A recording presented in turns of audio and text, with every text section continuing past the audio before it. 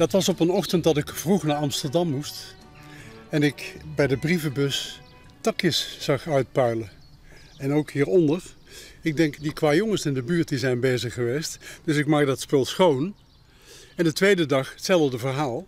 Maar toen lag er zo'n lading in met in het midden een deuk in de vorm van een badkuip.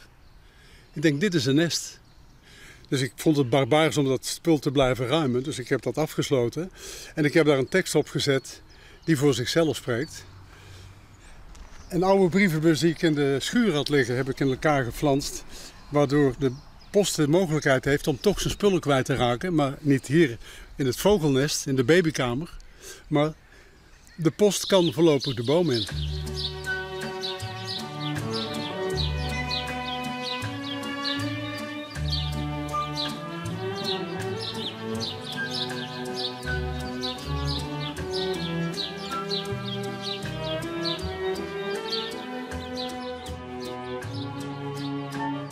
Ik kom uit het hartje van Brabant, Breda. En hoe komt u nou in Friesland terecht? Ja, dat is eigenlijk een lang verhaal. Dat kan ik zo kort mogelijk vertellen. Mijn vrouw is astmatisch, dus wij moesten uit Lelystad weg. Daar woonden we omdat we filmmakers zijn.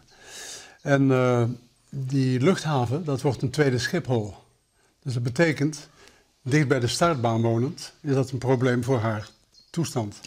Dus toen hebben we besloten te zoeken naar een woning dicht bij zee, want daar hadden we goede ervaringen mee toen we in Zeeland woonden.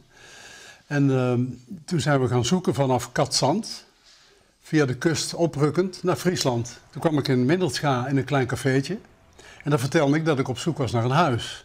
Toen zat daar een beetje dronken man aan de bar en die zegt, nou, de pastorie in Oosterbierum staat leeg, want de dominee is hem gesmeerd. Nou, 10 minuten later zat ik daar te praten met het kerkbestuur en daar woon ik nu. Ruim 2 jaar al, ja.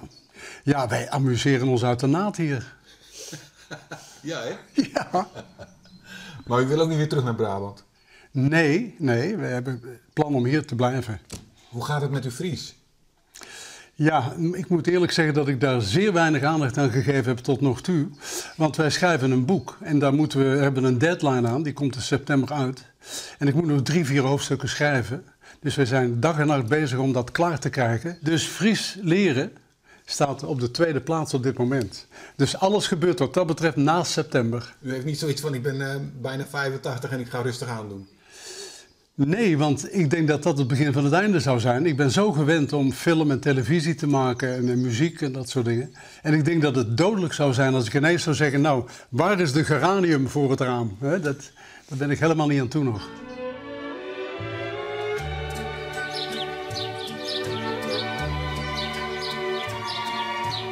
Nou, ze hebben tot gisteren toe de zaak gebouwd.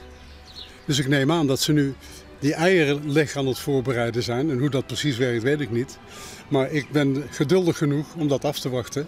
En zo gauw ik geluid hoor, dan ga ik dat ding wel even openmaken. Maar voor die tijd moeten daar geen mensenhanden aankomen. Dat is duidelijk. Nee. Dus daarom kunnen we het nu ook niet zien? Helaas niet. Want dan verijdelen we het florerende leven van die beesten. Ja, dat zouden we niet op ons geweten willen hebben, toch? Dat is het laatste wat je moet willen. En streep door de natuur moet je nooit doen.